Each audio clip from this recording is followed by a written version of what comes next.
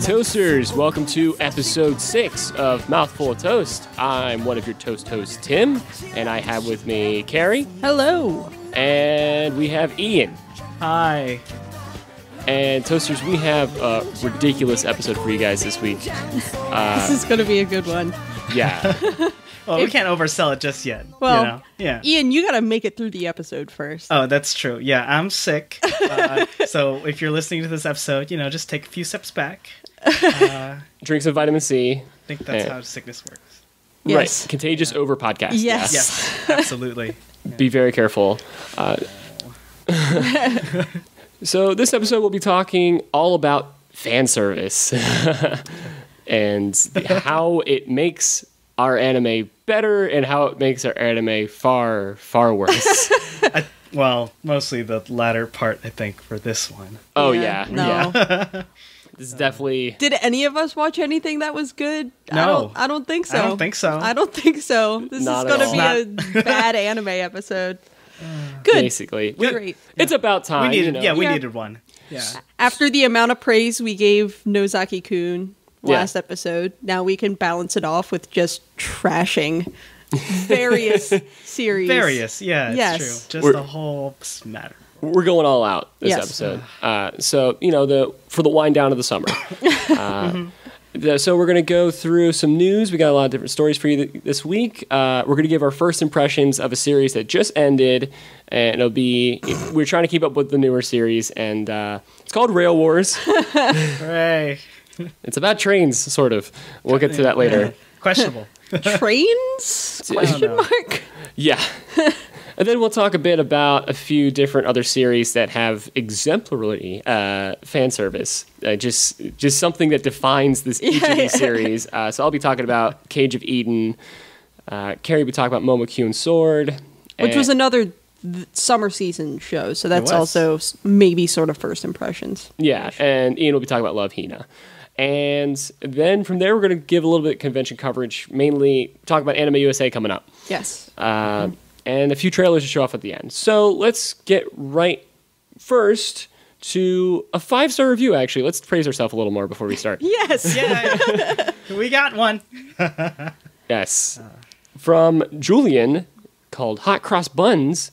He tells us that we are witty, informative, and shamelessly self-promoting. A must-listen. Good. I mean, Yes. it's accurate. We are. I mean, All we of need these to things be. are true. So those of you already listening to us, you should listen to us because it's a must-listen Right. as we self-promote ourselves Right. on our own show. Correct. Yes. Yeah. Yes.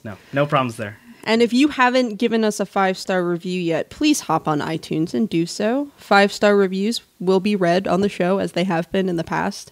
And you can say a funny joke, or you can just tell us how great we are. We're all about both of those. Yes.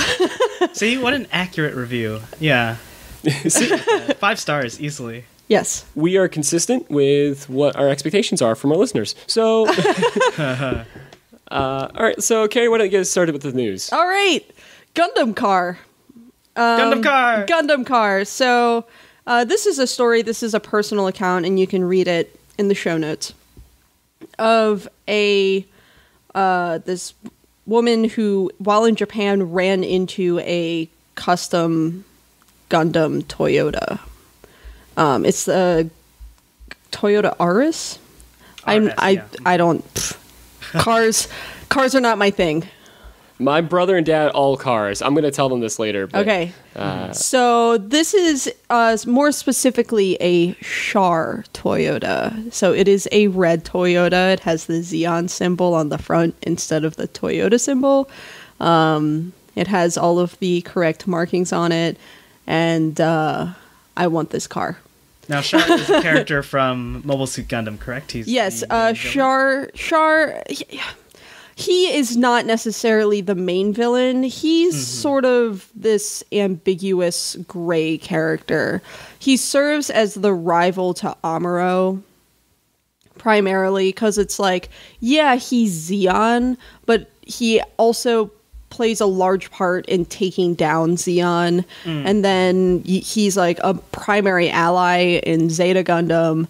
And then He goes right back to being 100% villain in the Char's counterattack movie. So I know for sure that like one of his defining characteristics is that like red mobile suit of his, right? Yeah. Yes, all of his mobile suits are red.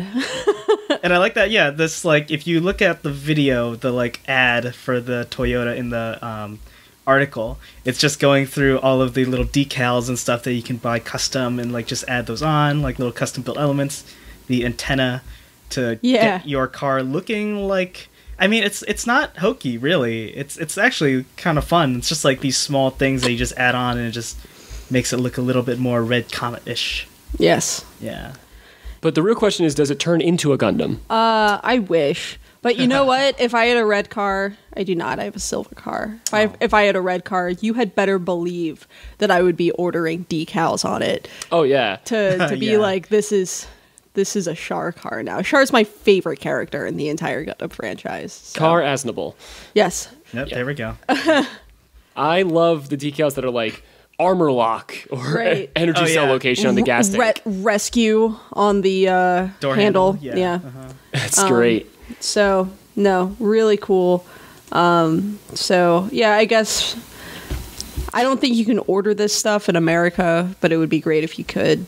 It's actually funny how the story came to me because I work at the Department of Transportation, specifically the division that allows cars to come into the U.S. Okay. And a coworker of mine was like, "Did you hear about this Gundam car?"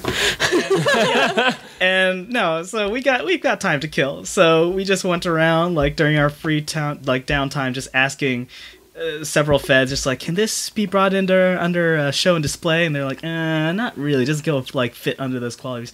And we just like tried to find the cheapest way we could possibly import this specific like Gundam special Toyota car into the U.S. for as cheaply as possible. That's funny. Yeah.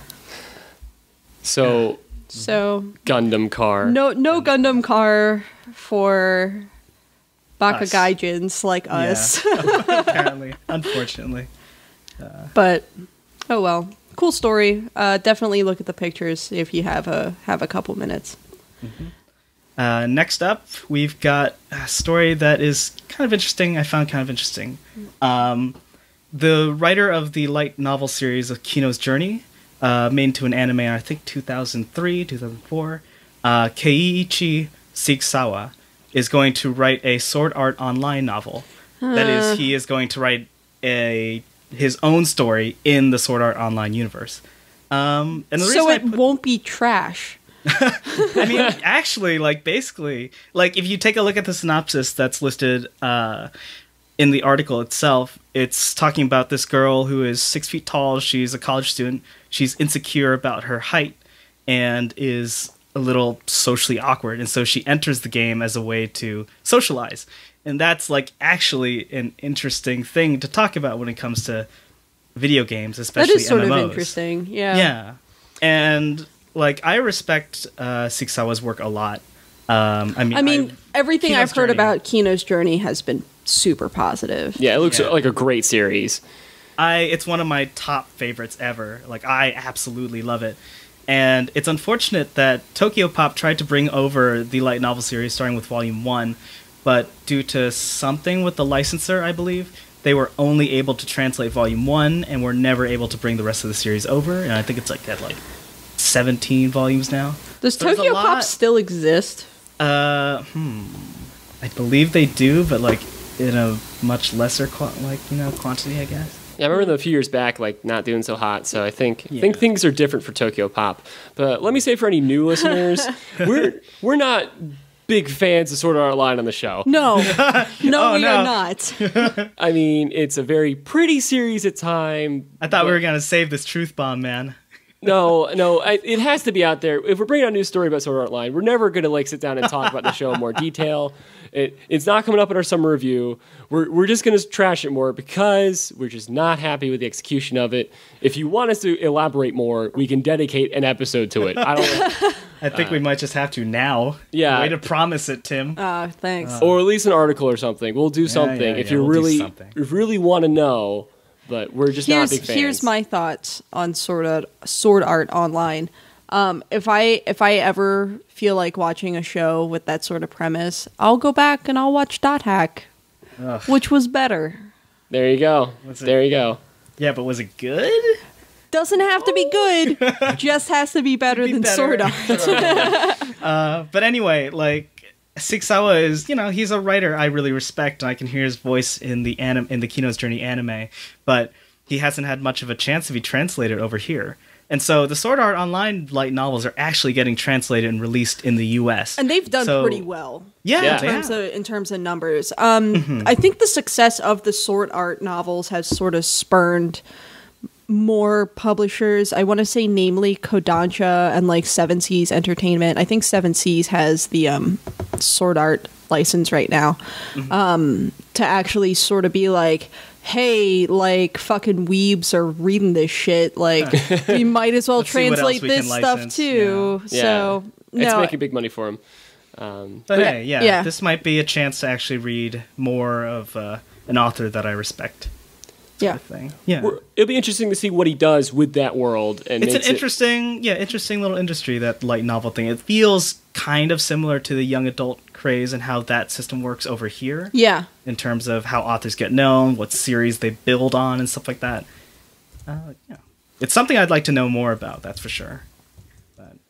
Now I'm thinking about, like, what if young adult novels in America work like Japanese ones? So you've had, like, what if you had, like, crazy crossovers, like, I want to think, like, J.K. Rowling writing something for Breaking Bad. I don't know. Breaking Bad, the famous young adult TV show. Yeah, you got it. Yep. What even is a young adult TV show in America? I only watch anime young now. Adult? What even is a young adult? I'm confused, clearly. These books, I guess. Because young adult implies that they are an adult, which means that they got to be 18, right? Yeah. Am I a young adult? Are we young adults? It's are we the demographic? Like marketing creation, though, right? Because it's like children, then you hit tween, and then teen became young adult at some point. I think I don't know where the Venn diagram sits. There has to be one for marketing people have created. I'm sure. I'm sure there's some, they got it all broken down. They have us all in little rigid categories to market to each of us. But yeah, we're looking forward to seeing what he does with this. So in the other end of the spectrum, Shonen Jump just debuted the Shonen Jump Plus app, which has 30 monthly manga for free. That's huge. It's a lot. Yeah. Shonen Jump has always been a pay system for every way to distribute, and this is a great way to get new readers into series. And there's a lot of really cool series. There's over 30 titles in the app already, and it's going to rotate every month, it looks like. So like series, like we have some of the offshoot series from JoJo's Bizarre Adventure, for example. We have Dragon Ball Z. We have Kuroko no Basket, Haikyuu. We have lots of big series, but also lots of stuff that you don't see as much of anymore, and lots of new obscure series. Now, here's the obvious question: is it going to be in Japanese or is it going to be in English? Well, unfortunately, it is only a Japan-only app right now. Okay, I believe there's no notice about an English release just yet, but. Given that Shonen Jump does pretty well in America, it wouldn't surprise me if they did that. Now, obviously, the issue with some of this stuff is that not every Shonen Jump manga, I think, belongs to necessarily the same American distributor. Yeah, that's going to get a little dicey. Now, I want to say Viz has most of that shit.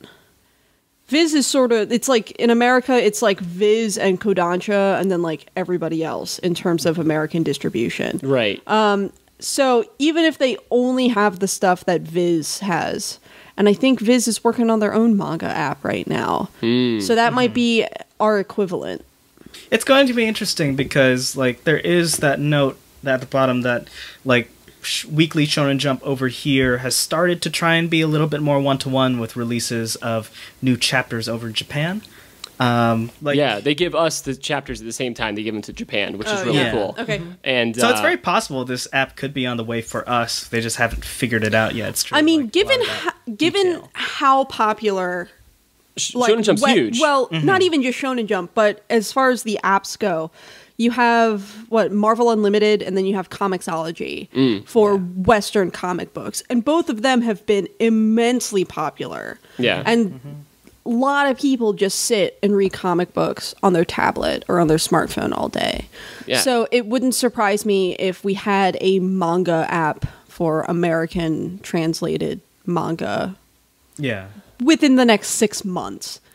I just really like this model because not only does it give you 30 series for free, which is a huge amount of content every month, right? But also you can subscribe to the weekly Shonen Jump updates through the app as well if you pay an additional fee. That's the only way they nickel and dime you is just getting other giving content. more, basically. Yeah. So that's awesome, and I love the look of these series. I really want to check them out. I really hope this app comes to America, or at least more of these series get more of a spotlight. Because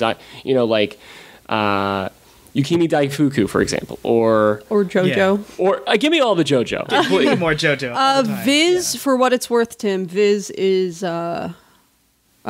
reprinting JoJo. Yes, they're actually starting bringing with over Stardust Crusaders. They're bringing over. They're doing all of it. Yeah, the JoJonium specials as well, which are special redone covers and like interviews with Araki and all that. For the JoJo fans out there, it's coming. Watch for Viz. I want to say the Stardust Crusaders run will be picking up again in December. I know this because I work for a comic distribution company that will be distributing these. I want to say. I think it's already digital. It's already digital. Yes. Yes. But if you want the hard copy, I really like hard copies of things. Yeah. If you want the hard copy, I want to say it's starting in November with Stardust Crusaders. So yeah, lots of JoJo coming. Carrie and I are hype about it. Ian, I'll get on the train at some point. We'll get him on every hype train because I think like Carrie and I find a series and we're like, this is like a million chapters long. We got to do it. Ian takes his time. It's all right. I like things that are done. That's totally fine. Will JoJo's ever be done? An eternal question. True. JoJo will never be done because Araki's never going to die. So he's also a vampire. So anyway, pork. I like bacon. Pork's great. Well, good news for you. This is an odd story. There's no way to translate this is there's a very odd story. Four Men of Pigs, the Silky Porco story. Yes. That doesn't help anything. Oh, no, it really doesn't. But basically, a Japanese pork company has started branding their pork products with Bishonen character designs. Some of them which are like, hey, thanks for buying pork. And some of them are like, oh, I'm honored you've chosen me. Or do you really like pork that much? And it's working. Actually, it seems it's working really well. Actually, says this article, that people are actually just buying this pork because hey, like it's a little cute branding trick, and they've done even more than that. They've actually started putting up an online manga, which has all the characters going through little adventures of the Bishonen sort of flavor, I guess. It features 4 beautiful men that are all involved in pig farming. Oh yeah. So there's a story for you. This is gonna be the new hit manga. This is gonna. I really want this to be translated, just so I know what's going on, because I thought it would be just kind of pretty pastel colors and pretty boys and pigs, which there were. But then one of the pigs seemed to ascend into heaven and had celestial auras around it. So, there's a little bit more to be discovered here, I think. I'm 100% on board with this. I like Bishonen, I like manga, and I like bacon. I love pork. There. I'm waiting for 4 Men of Pigs. Like the fandom's gonna be just as big as Black Butler. I bet you. This is gonna be the next big thing. There's gonna be movies, a whole anime series. Like Free started as a commercial. Free was just a commercial for like water. Right. So this is the next big thing. Easily. I'll bet you money. I actually don't want to bet money on this, but damn it. I was about to say. Yeah, we were just about to make some pretty good money right there. I immediately regretted saying that, but I'm still calling this as a thing. Watch out for 4 Men of Pigs. All right. We are watching out. Silky pork. Silky pork. Because that's how I describe the pork when I eat it. Yes. Silky. Silky. Yes. So, gross. Speaking of like pork and fan service. All right, that takes us into first impressions. Rail Wars. Rail Wars. This show, definitely a show. Do you remember the Rail Wars? I've been in the Rail Wars for a long time. I've been on trains that had fights going on them. Does that count? I've been on a train in Baltimore. Is that it? This anime isn't about trains at all. Excuse you. Trains? It's nominally about trains. I mean, the main character loves trains. It's mostly, Naoto loves trains. He just wants to be an engineer. He didn't sign up for all this tits and ass. He was just like, I just want to be on a train. I just want to be the engineer. Why do I have to shoot a gun? Why is this boobs in my face? Basically, yeah. And that's Rail Wars. Moving on. Well, to explain Rail Wars, I think the best way to do so is just to read the first sentence of the synopsis, which is, the series takes place in an alternate version of Japan where the nationalized railway system was never privatized. Which is like the most boring potential alternate universe you could ever come up with. Yeah. That's not and a then hook. they made a series about it. Yeah. Then they made a series about it. Yeah. Yeah. And so these kids in high school are, because there's a national railway system, then of course there's national programs to train security personnel for the national railways. And because that's not even enough, then you gotta make some of them, young anime babes and have them have huge boobs and skirts that go up their butts. Huge boobs. Huge boobs. Like, Huge boobs that how change does that shape and girl size not all have the time, too. How does that girl not have back problems? She's rivaling Yeah. Supersonico. She really is. Yeah. Yeah, no. Yeah. It's close. I like to pretend Supersonico does not exist. It's too bad. She's back. Too She's bad. here. She does not exist in my universe. So This series doesn't make any fucking sense. It's just like, hey, so there are terrorists who really want to privatize the railways. We don't want to let them, but they're going to keep blowing up the train stations with bombs inside of dog carriers. Why would you do that? That doesn't happen, by the way.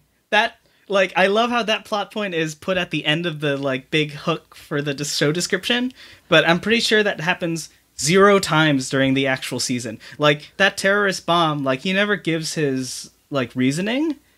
He never gives his rationale for placing the bomb in the train station in the first place. Yeah, there's really no real reason for it. So At we least never not get- in the episodes that we watched. We never get the most exciting part that you're waiting for, which is these weird militant, we must privatize the railways people. Where are the wars? Where There's the wars? rails.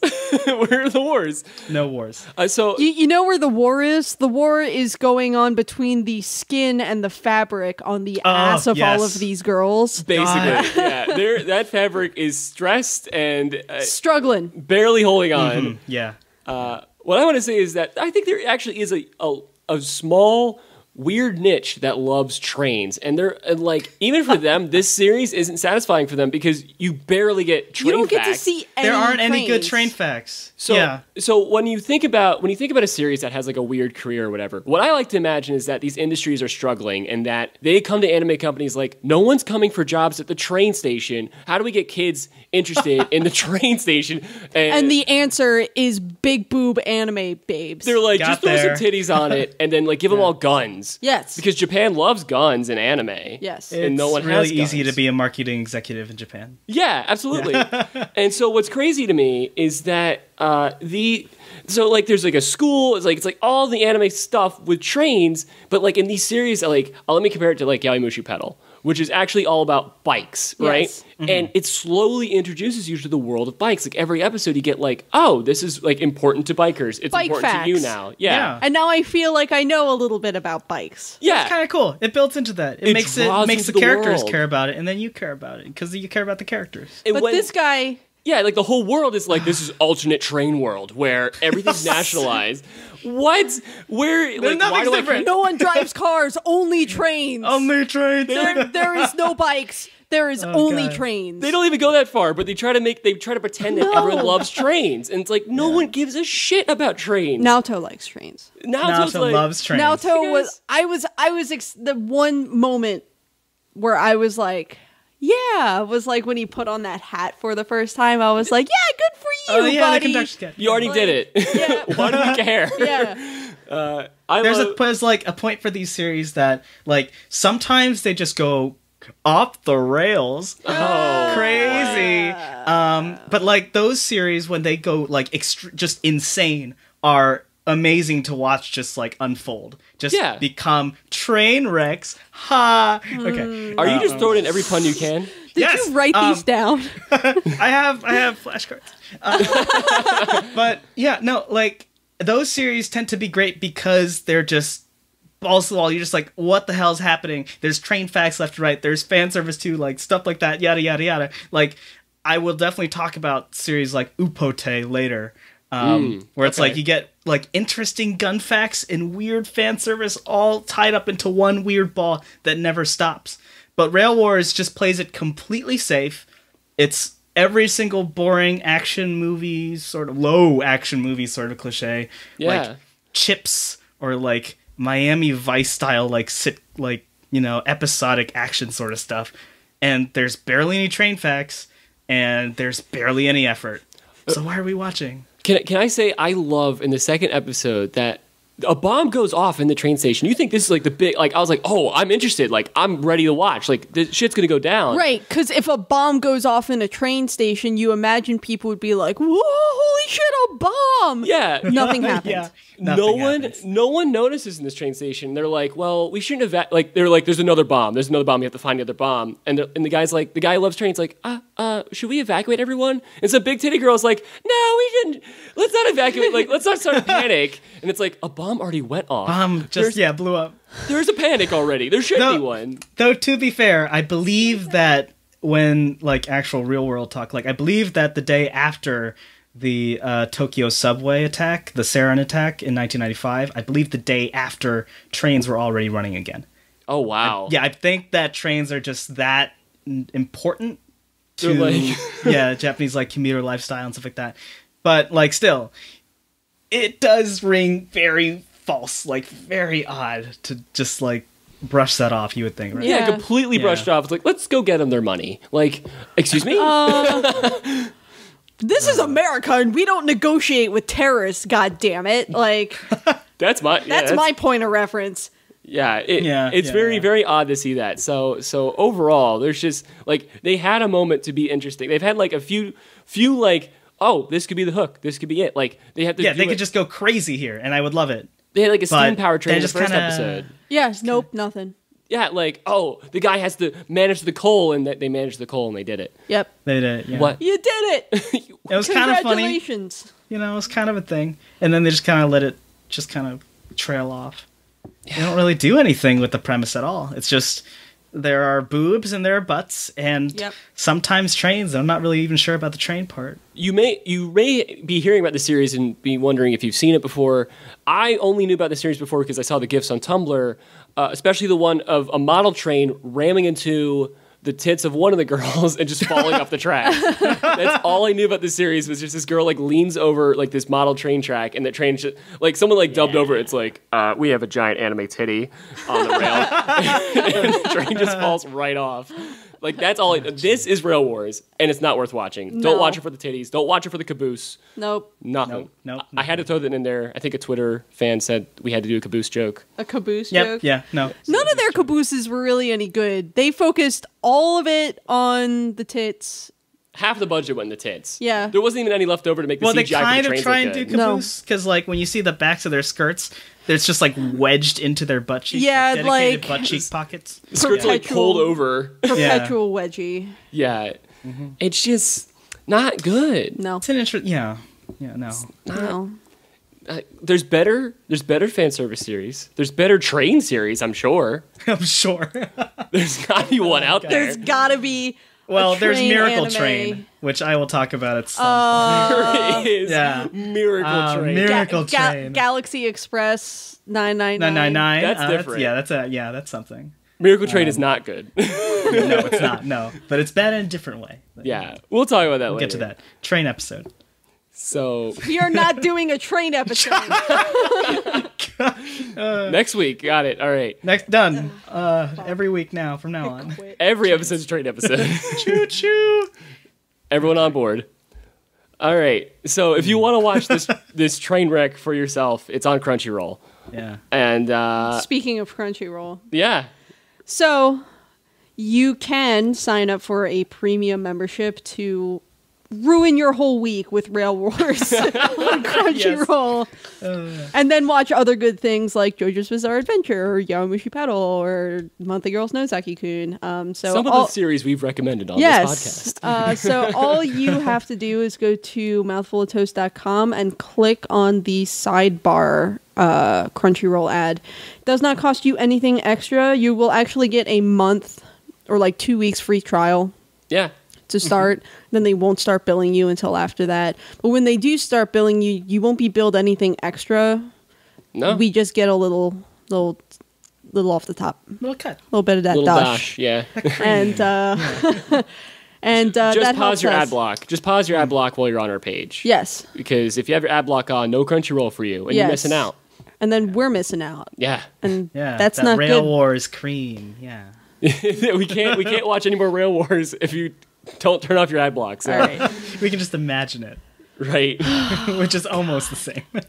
Well, some of these other series are kind of similar that we're going to talk about here. Yeah, so let's move straight into our general fan service conversation. So, Tim, you watched Cage of Eden. I didn't watch it. It's actually a manga. Whoa. It's a manga. Oh, Wait, hold on. excuse Can we clarify that our fan service topic It's for this vanilla. episode is, yes, vanilla fan service. There's lots of different types of fan service, and I'm sure we're going to revisit fan service as a topic later on.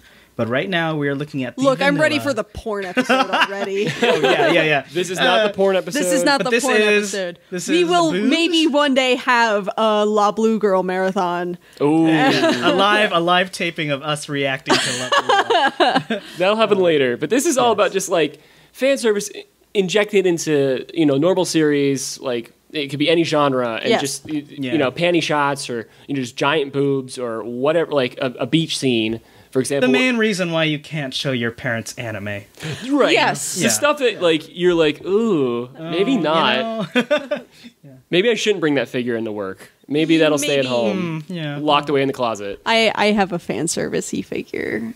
I've got a couple, actually, now that I think about it. I'm I calling have the a- police right now. Shut up! I have a Higurashi figure of Those girls have fan service? huh? Those girls have fan service? Like I've seen the anime. In Higurashi, dude, there's like an entire fan service episode of Higurashi. That animation where- is so bad. I don't want to imagine them No, naked. it was part of an OVA where like they actually upped the budget a lot. Oh, I cosplayed from the fan service episode where the character Takano, they imagined her as a bunny girl, and she has a recorder, like the little flute instrument, and it's between her tits, and she's just got it. blowing on the recorder. That's not phallic at all.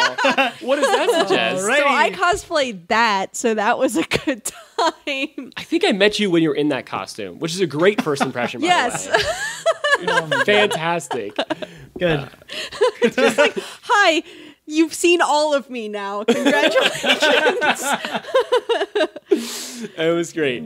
So, But yeah, no, all right, I've got a statue of that character Takano in her nurse's outfit. And of course it's like just barely covering her ass. there you go. And I was a little embarrassed to put that on my shelf at home cuz like my parents were like, "Oh, you got a new thing?" And I was like, "Yeah, I did. Please leave." I need a moment. Oh, jeez. So we're not judging if you collect those figures.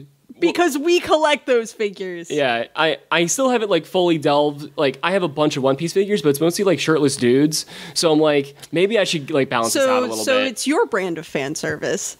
Yeah. It turns out, I guess it is. Oh, we're all learning a lot about each other today. Yeah, it's a learning experience. I got to get me some Nami and Robin figures right away. I got to compensate.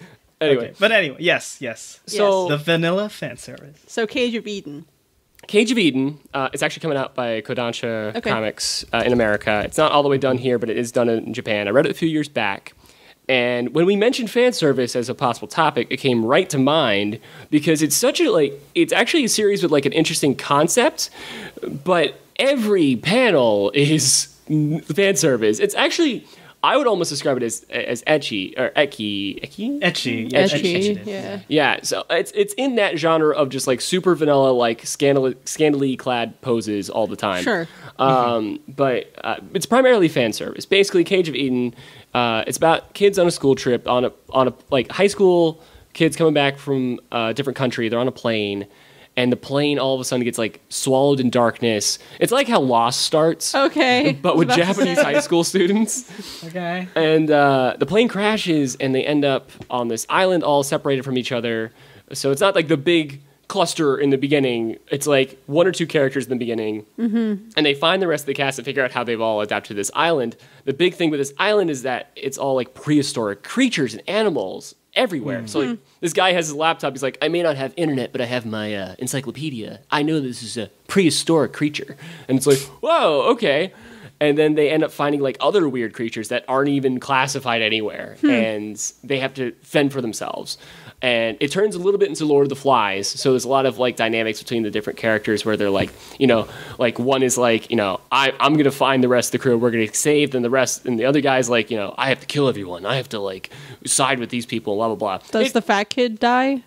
That's all I remember about Lord of the Flies. Okay. It turns into... I don't recall that particular trope. You have to hold the conch, right? Conch shell. Oh, magic conch. I did not. I did not. It's been a long time since I read the book. Was that Lord of the Flies or was that SpongeBob? I'm thinking SpongeBob. Oh, God. Same thing. Wait. We're crossing the streams. So they all consult their magic conch, and they're all on this island, and it's just overwhelmingly fan service. You have one page of them talking seriously about an issue or trying to deal with a problem on the island. Let's say they need to gather resources or whatever. Then all of a sudden, a girl's boobs spill out of her shirt again. It's what are you doing? Right. Those are your only clothes. You have to live here like that now. Try to be decent for a second and just falling out everywhere. Too much boob. And then every panel is always just examining, doing the wolf whistle and pans down, just every single time it happens. And it's about the main character and his childhood friend, of course. She's super popular and super great, and he's not so popular, but he's excelling at the island because he's, he doesn't have skills in real life, but he has skills surviving on an island for whatever reason. Sure he does. So Cage of Eden was an interesting concept that got me reading, and I read for a long time, and I was keeping up with it for a long time. And this is the first time I thought about the series since for 2 years ago. And I finally dropped off. I was this is too much. There's porn I could look at. Why would I look at this? Yeah. I want the story. I'm more interested in the story. And then it's not going anywhere because all the characters are falling into the tsundere and yandere trope. So the aggressive type girl, the murderous girl, etc. Sure. And then it just, and then people were acting out of character, and it just kind of, I heard it wrapped up kind of bad, but I need to reread to get to the ending again. I want to verify if it's as bad as I think it is, but from everything I reviewed before recording today, I have to say it's just fan service ruined what could have been a great concept. Yeah. So it's a shame. Okay. Well, at least it didn't take Japanese folklore and turn it into boobs. Oh, no. Because that's what Momo Kyun Sword is. Oh, yeah. Yeah, so Momo Kyun Sword, which was another one of this past summer's anime debuts, it stars Momoko. Momo means peach. So there's a lot of peaches, which is the butt fruit. My favorite fruit. Yeah. So it's basically a female reimagining of the story of Momotaro. So Momoko was born from a peach, and she lives with these 3 gods, and then there's a demon army that's trying to get her power and all this other shit. So on the surface, you're Well, that seems like classic Japanese folklore. But then there's boobs. Oh, And there's a lot of boobs. oh my god! Everything is boobs. Ian and I checked this out too, and we were like, "Oh no!" Yeah. Tried to watch episode 1. Yeah. Yeah. So Momoko can also like possess, like she has 3 gods. She has Inugami, Sarugami, and Kijigami. So the dog god, monkey god, and the pheasant god. And she basically like does the whole magical girl transformation, and like she gets aspects of like a dog or a pheasant or whatever, so she gets wings or whatever. Right. But like each of these are somehow more scantily clad than her regular form. And then as soon as she beats the demon girl, who is also barely wearing any clothes at all, like usually Momoko's like top will slip or whatever, and like you don't see the boobs, but you can tell that they are exposed, and she's always like, "Oh no!" and like screams or whatever, and She's so embarrassed, but she can't So- afford a bra. right, like so. Now, you know, on the upside, like it's a really lighthearted series. Like it knows that it's fan service, and like it, you know, takes it in stride. It's like, yes, this is what we are. So there's the Celestial Maiden Squad. I remember that. Yeah. Yes. So the Celestial Maiden Squad has Ringo, Suika, Karin, and Mauron. Now, for what it's worth, these 4 girls are named after different kinds of fruit. Ringo means apple, Suika means watermelon, Karin means quince, Mauron means chestnut, and their boobs are appropriately sized to match their names. Yay. So Watermelon Girl has the biggest tits you have ever seen in your life. Of course, of course. Geez. You know, when you mentioned the name Ringo, I immediately thought of like this being like a female Japanese Beatles. No, Do they have a yellow submarine? I don't think so. Oh, Good joke. it's just Yeah, Ringo. you got there. Yeah. there. You, Well, that's about as much as The we can ask worst for Beatle. character design. I guess. yeah. Yeah, Boobs so to match fruit shapes. Oh, I will mention the dog looks like the Okami dog because yeah, of course. it's Japanese folklore. So I mean, yeah, it doesn't hide its fan service at all. I'll give it that. Like, Look, the opening prologue is like ends with, "She was born from a peach. She grew up to be healthy and strong, and then grew a pair of peaches herself." right, Yeah, and it's like, God, you know what you're in for from right. that point on. Like literally, the 4th episode's title is "Mad Dance of the Giant Boobs," and I'm like, Oh. all right. That's yeah. Yeah, at least they're upfront But you know about it. what? Like, they're super upfront about it, and, you know, they're not trying to take themselves seriously, and the ending theme is actually really cute. Like, their end credits are, like, real cute. I was surprised. I was like, shit. That shit's kawaii. Like, Oh no. so, Fall for the trap. but, you know what? Yeah, basically. Yeah. If you want, like, if you're interested in, like, what sort of like a quintessential fan service focused anime is, Momo Kyun Sword is absolutely it. Because it makes, Do you like glimpses of boobs? Do you like cleavage everywhere? yeah. But like But no nips. this Never makes know. this makes no attempt at being like, yeah, we have a serious plot with serious characters, like Rail Wars kind of does. Yeah. Rail Wars is like, we're a serious anime, meh. About We're trains. trains. Whereas Momo Kyun Sword is just like boobs. You like boobs? We have boobs. Here's so many boobs. The story is a vehicle for boob delivery. Yes. Yeah. That's all it is. And hey, you know, if you're honest about what you're doing, and you're straight up like cool. That's fine. Cool. More power to you. Yes. So yeah, I looked at, well, I went back to my childhood, I guess, my middle school days, rediscovering my 14 volumes of Love Hina that I've yet to pass off to someone. I've tried giving them away as a joke gift, and the people I try and give them to always hand them back to me. So I'm still just got these 14 volumes of Love Hina that I'll never be able to get rid of. Wait, hold on. You've given some like really terrible joke gifts before. Oh, yeah. Yeah, and they Yeah, gave you which is back. a tradition. Yeah, no, they gave me back Love Hina. They took. They can't bear to have it in their house. Can you and, tell the have story? responsibility over this. Can you tell like one of the stories of one of your joke gifts? Because I heard of one, and I think they're incredible. Well, yeah, like between a few friends and I, we've kind of made it a goal to never give each other real gifts ever again because it's just too much effort. Doesn't really make sense anymore. Yeah. So we just try and give each other the best joke gifts we can. One time that was a box of Happy Meal Sonic toys. That the box was all covered on each side with fan art of Sonic and Jesus. And on the top of it, where the box like slit was like one of those Michelangelo's David thing, just the birth, or rather the creation of man, and it said, "To open, you must separate me and God." You had to it between their hands and everything, and or my custom DVD cover for whatever curling movie DVD I found, where I made movie? Sweet Bro and Hella Jeff style. Oh Yeah. my god!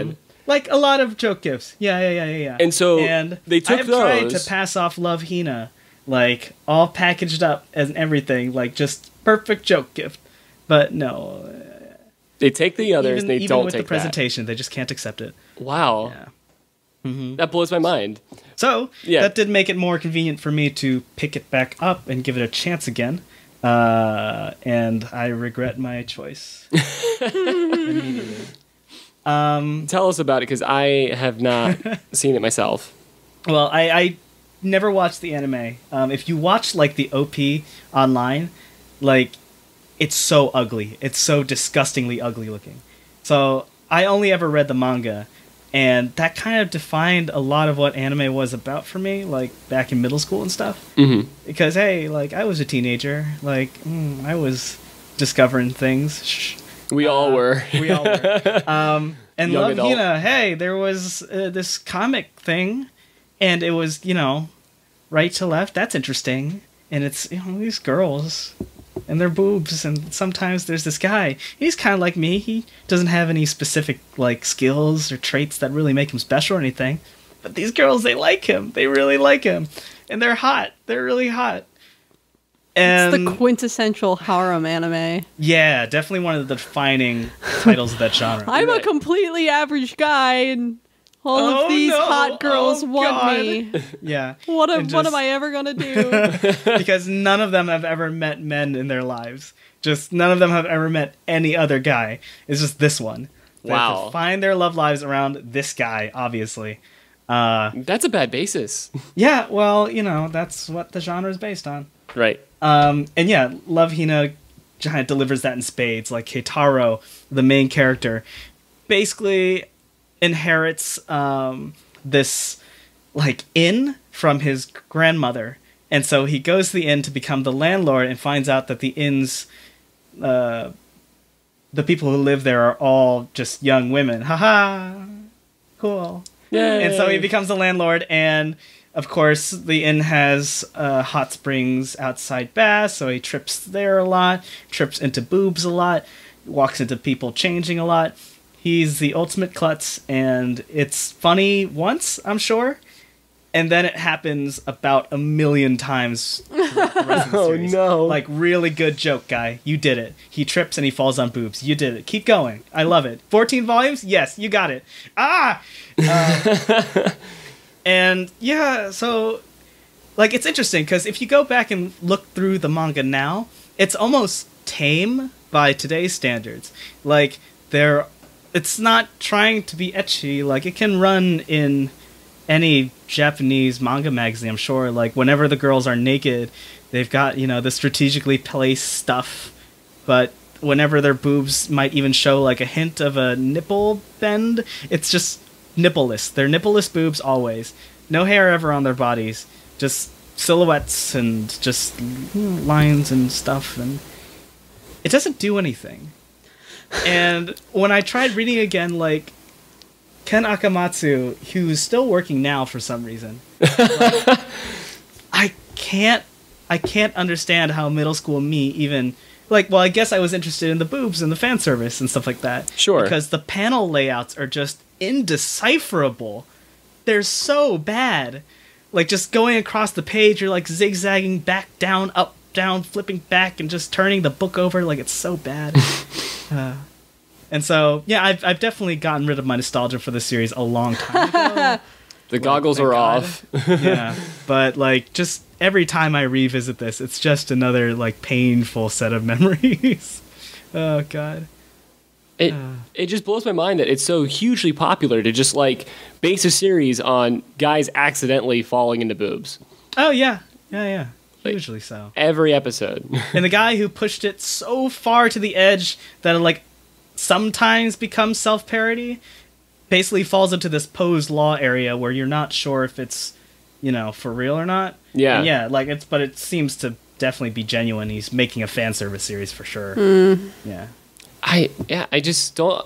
There's a lot of things I don't understand. There's a lot. And anime is at the top of the list.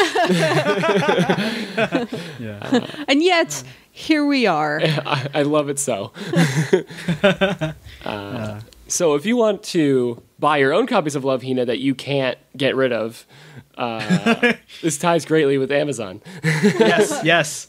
Flawless transition. There's a link at the top of our page, mouthfultoast.com. It goes to Amazon. If you click that, then you go to mouthfultoast.com/Amazon, and you'll just go to a regular storefront of Amazon, do all your shopping, and we get a small cut of that. No extra for you, but it helps us out.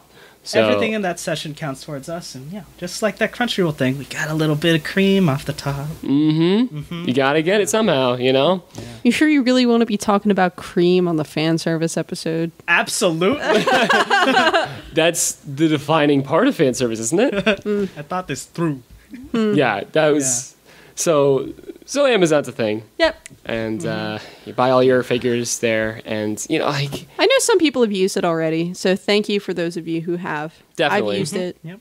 And if any of you could explain the appeal of a series that just is men constantly falling into boobs, like episode after episode, if you can explain that, Yeah, please just Please. send us a message. Yeah. Comment on our I'd like to know, Facebook. We want to know the secrets, the mysteries. We'll interview you. Yes. We'll do a special bonus episode. This is the guy who loves... This is the one guy who keeps on reading these series. This is the guy who is continuing to fund Love Hina. Right. Oh man. Yeah. So please let us know. So let's shift gears, and instead of all this fan service anime talk. There's a convention coming up too that Carrie's gonna be at. Yeah. Yay. At the very least. Yeah. Yep. I'm going on Saturday. Probably not buying a badge. Probably just going to show up, hang out. If we get a press badge, though. I feel like we would have heard back by now. You would think so. I would think so. I don't know how good Anime USA's press corps is, but No, we shouldn't talk down. Maybe there's a next year, huh? yeah. Carrie will be at Anime USA demanding a press badge Yes. at the table. Give me one. No, I'll be there in cosplay. I'll be wearing my Black Rose uniform from Utena, which is Keiko Sonoda's outfit, and I'll have a friend with me who will be doing Kozue's outfit. So yeah, we're gonna be Black Rose bitches, and we're gonna hang out and take some pictures, get some good food. Hopefully, I will have a decent camera with me so I can take pictures of the cosplayers for the website. Yeah, that'd be great. So Nice. that would be really cool. And So let's talk about Anime USA for a second, because Yeah. it's actually like right near the National Zoo. Yes. It's like walking distance. It's right off the zoo metro stop. So for those of you who are in a reasonable driving distance from a DC metro stop, it's very accessible. Yeah. Very easy to do for a day trip. So I've been the past 2 years. I really enjoy it. I just can't make it this year. But they have a great atmosphere, I think, for a con. It's a great first con. Yes. And small scaled, but friendly and welcoming. The staff was really great. I've done a few panels there too, and they always like set us up. They do a lot of great things with it. So I recommend Anime USA as just like entry level. Like, this is what cons are about. and it's at a nice hotel It's in a good part of DC. Yeah. A lot of cheap places to eat around there, Absolutely. which is good. And some cool bars too, and some other stuff. So it's like, if you're of age. Yes. So no, I'm definitely looking forward to it. I had really wanted to have a new costume done for Anime USA. And so last weekend I went home and I was like, I want to make this costume in a day. And it's the tactician from Fire Emblem Awakening. And you can't make that outfit in a day. You just can't. It turns out that's not really possible. And then my sewing machine kind of fucked up. And now it's in the shop and I don't get it back until October 1st anyway. So now I'm really not making anything right now. So I'm re-wearing my big Otakon costume, which is fine. Yeah. I'll have Fire Emblem done by MagFest. So There you go. Perfect. Yeah. that's fine. Yeah. It'll all work out. Have you ever thought about buying a body pillow and just wearing the neck down part? Why would you? What gets? Where do you get these ideas? What? I'm a beginner. Cosplayer, you know, I'm just trying to save time. Yeah, that is a very. I think you should do it, Ian. Yeah, done. So it's October 3rd through 5th. Yes. At Washington Marriott Wardman Hotel. Yes. Wardman Park. And this, Musical guest this year is Schwartzstein and Kaya. and Johnny Young Bosch's band, I Shine too. I don't give a shit about them. Uh-oh. Wow. Kaya. Oh, whoa. Kaya. Kaya is the prettiest man I have ever seen. Okay. I wasn't going to assume pronouns here, but okay. Very beautiful. I don't know pronouns the last I checked, which was the last time Kaya was at Anime USA, which was I think 5 or 6 years ago. They're hosting a tea party. Yeah, no. Whoa. Kaya's really good. And again, the last time I saw Kaya was identifying as male. So if I fucked it up, I apologize. No, I have no clue. I just was. Kaya's lady. very pretty. Kaya's very, very pretty. But the thing is, during the show, Kaya went from like a, very gothic Lolita outfit to like a very like male presenting military outfit. So I think Kaya kind of walks the line. Gender flexible. Yeah, no, Yes. androgyne stuff. Yeah, that's pretty sweet. There's some big voice actors coming there too. J. Michael Tatum, Michelle Knotts, Johnny Young Bosch, Lauren Landa, and Steve Bloom. Hey. So Steve Bloom. yeah. Anime USA small con. They get pretty decent musical guests. They get pretty big name voice actors. Their host club is always really good. Yeah, I've had a few friends working for it. Actually, Yeah. they do a great job with Their the host club is really fun. They have educational guests too. They have someone talking about period clothing from Japanese history. They have someone who will teach you how to tie your partner up. That's my friend Robbie. That's cool. Robbie.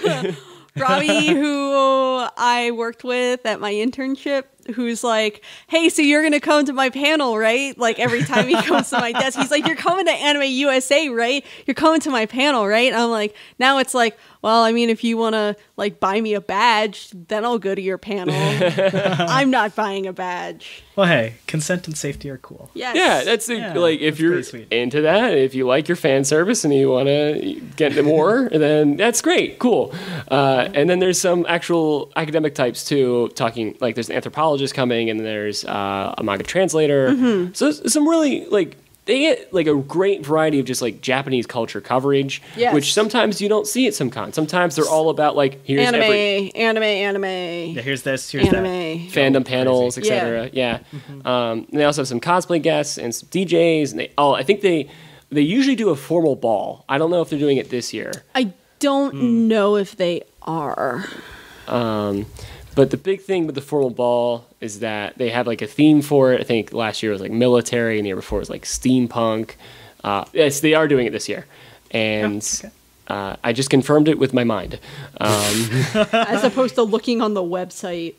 No, I'm definitely not looking at the website. Why would I be doing that? It is Blue Suede Shoes and Vogue. So The it's fashionistas mask ball. So it's JoJo. Yes. Perfect. Yeah. So yeah, I think it's a great con to learn a lot about Japanese culture, and then check out your favorite series. Lots of viewings, lots of stuff to do. So that's a kind of a general overlook. October 3rd to 5th, you might see Carrie. Maybe. No, I don't want to say anything. I don't think you'll see me. There's not a good chance you'll see me. Okay. It's a busy weekend. But yeah, it's one of my favorites. So, yeah. And if you have any conventions you're going to, want to talk to us about, shoot us a message. We'd love to hear about your experiences. Or if you took a ton of pictures, we would be happy to put them on the website. If you took pictures, if you took a bunch of drugs and want to tell us a story. Hey, you can do that too. Convention stories too. Yeah, we love convention stories. We love hearing about your experiences. So please share. And we'll have more convention coverage as more interesting stuff comes up. Yep. Yep. And cool. I guess. So we've got some trailers to close us out. Yeah. Ian, did you put both of these on? I put the first one on. Okay. Yeah, Tim put the first one on. Letter to Momo. Yes. Letter Momo is the studio who did... Production IG. Yes. They did a lot of pretty big movies. End of Evangelion. I believe... Is it Ghost in the Shell? Ghost in the Shell. Big name ones. Yeah. I mean, they're known a lot as a TV production company nowadays. Yeah, they don't do as many movies anymore. Mm-hmm. But the trailer for this seems delightful. It really does. And it's written and directed by Hiroyuki Okiura, who has worked on things that you may have heard of, like Akira. He was a key animator on Akira. He was a key animator on Patlabor, Blood the Last Vampire, Metropolis in 2001. Huge thing for me was he was a key animator and the sequence director for the really great opening to the Cowboy Bebop movie, which always sticks in my mind as just one of Cowboy Bebop's visual highlights. Yeah. Yeah. And the trailer's just fun. It's this girl discovers these spirits only she can see, and they goof around, and the voice, like the dub, is actually fantastic. The dub seems really good. Yeah. So that's coming. Yeah. Who is dubbing it? Oh, that's a good question. I have no idea. Uh-oh. We've been made to look a fool. Oh no! Americans. That's who. That's the dub. English dub. It looks like they got like anime voice actors. Like Stephanie Sheh is, I think, the mother, and she, of course, is the new Sailor Moon. Yes. Yeah. This seems more like a pure voice acting crew, which is great. I think it's probably like licensed by an actual anime distributor here. Like, it's going around film festivals, like, small ones. It's not a big, like, Disney pickup and then, like, release sort of thing. Yeah, this isn't, like, a Ghibli release. It is being distributed by New Video. Well, it's a new video for us to enjoy. Which has done stuff for mostly television, A&E, History, and Lifetime. Cool. So, whatever. But I know a lot of you are probably big fans of Attack on Titan. Not me. Yes. Oh, wait, really? Yeah, we already talked about this. You're. I think Attack on Titan is really interesting. It is not my kind of thing. Oh, okay. Sure. I appreciate it for what it is, but I'm not like, oh yes, Attack on Titan, please give me more. I'm just like, oh, that's kind of cool. Ian and I are kind of at the frothing the mouth type, so yeah, we kind of love the series. That's for sure. Yeah, and they just released a promo for the first episode of the first anime to do a spin-off of Attack on Titan. That is Attack on Titan: No Regrets. Yes. There are about a zillion manga spin-offs at this point right now. I think there are 3. That's about a zillion. Yeah, it's about a zillion. Same ballpark. I think there's 3 manga and 1 light novel that hasn't been turned into a manga. You have No Regrets, Before the Fall, and Junior High, and Junior High's a parody series. Oh, yeah, Junior High's a parody series. I want the anime of that one. Wouldn't surprise me if they did it. Yeah. But No Regrets is a spinoff that focuses a lot on Captain Levi. Before he was Captain Levi, I believe. It's supposed to be when he and Erwin meet up for the first time. And Erwin gets him for the Scouting Legion, I believe. But yeah, the episode promo is... You can check it on the link that we provide on the show docket. And, it looks very much to be at the same caliber of early Attack on Titan episode action. That is a lot of flipping through things, a lot of going crazy with the 3D maneuver gear, and just looks, pretty gorgeous. Yeah. Yeah, It looks really well animated. This is going to be, I think, a 2-episode OVA. So the first episode comes out in December. I'm sure we will have a review on that when it comes out. Yeah. The second episode comes out in April of next year. So that's a pretty big time gap. But you know what? Given that they have a shit ton of time to fill between now and whenever the hell they get around to doing a second season of the main anime, they're going to buy some time with these. They're going to buy some time with the spin-offs. They'll probably do a Before the Fall mini series. They'll probably do a Junior High mini series. I mean, we can only hope. I mean, they've got the They already movies. did the Chibi special. Yeah, I mean, they've got the movies coming out. Yes, the big summary movie is coming out, which will have new footage, but mainly it's like, if you didn't bother to watch the anime, here's everything condensed in 2 hours. Hey, that's going to be There you me, because I dropped off after like 10 episodes. Happens. But I'm excited because I actually read the first chapter of this No Regrets spinoff, and I'm interested to see where it goes, because I'm like, you introduced a lot of things, and Levi looked at Erwin, and they met glances, and I could hear fangirls squealing for miles away. Very shonen. Yeah, so that moment happened. It's where do we go from here? So I dropped off from reading it, but I want to watch what they do with it. So looks really interesting. Yeah. And do we have anything to report from Nerdpocalypse side of things? Well, we recorded another episode of the main show last night. It is a long episode. Yeah. Episode 150. And it is called You Are Eating Almost Baby. Oh. And if you want to know what that means, just brace yourself for the what the fuck section, because this is a very special what the fuck section this week. Oh boy. There is also a new episode of the Dense Pixels podcast. They're on episode 69, which is hilarious. By default. Yes. It's called sous vide cooking. I don't know what that is. Some bougie ass shit that Jay has. I'm sad because I was busy. Kind of bougie ass.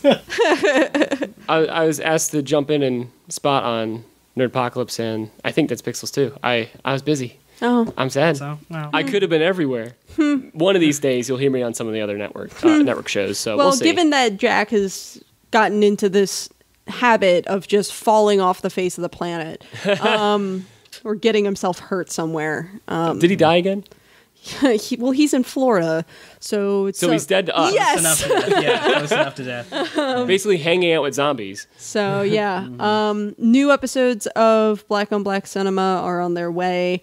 I won't spoil it, but because they alternate between a serious movie and a funny movie. Their upcoming funny movie, it's going to be a good one. Ooh. It's going to be good. So definitely listen to Black on Black Cinema. No Time to Bleed. We're working on it, and they're working on recording Love School for Nerds. Awesome. So if you are a lonely weeaboo, Too many fan service figures. please do not bother us. Please do not send us emails. I have too many anime figures, and they all have big boobs, and I can't bring girls over my house, because you know what we're going to tell you? That seems like a you problem, buddy. Yeah, we'll be like, so what figures are they? So which ones do you have? Are you selling any? Yeah. Uh-huh. We won't be any help. Take them off your hands. Right. We're big weeps too. We are no We help will to become no one. the think- weeb hubs. Yeah. Carrie and I just fell into significant others, just in a fan service anime. We just kind of oops, and Yeah. they were dating. So yeah, we're no help with that sort of thing.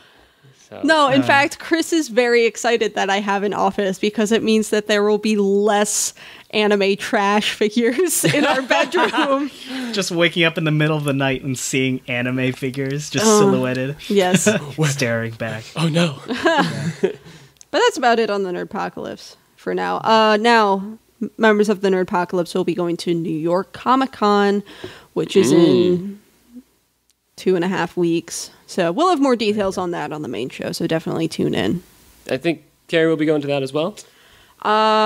Working on it. I started a new job this week, so that, my new job is awesome, but It's hard to take. it's off. hard to Still be just like, start- yeah, just hey, started. I need to go to New York. Yeah.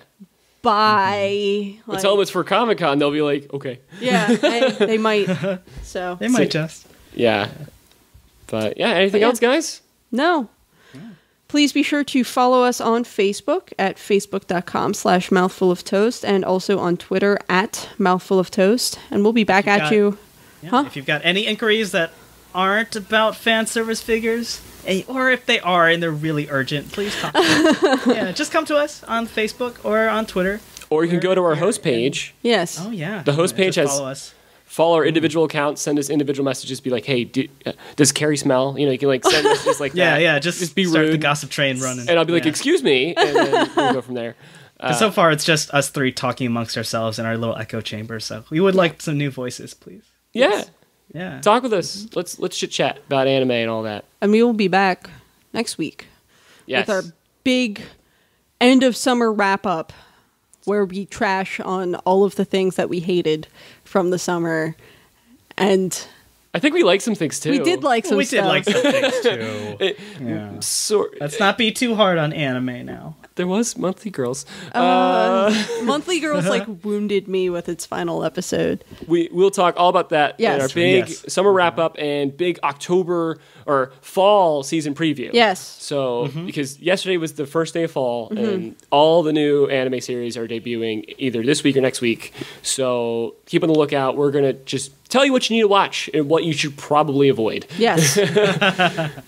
Yes. So keep All right. stay tuned for that, and we'll see you next week. We'll see you next week. See ya. Bye.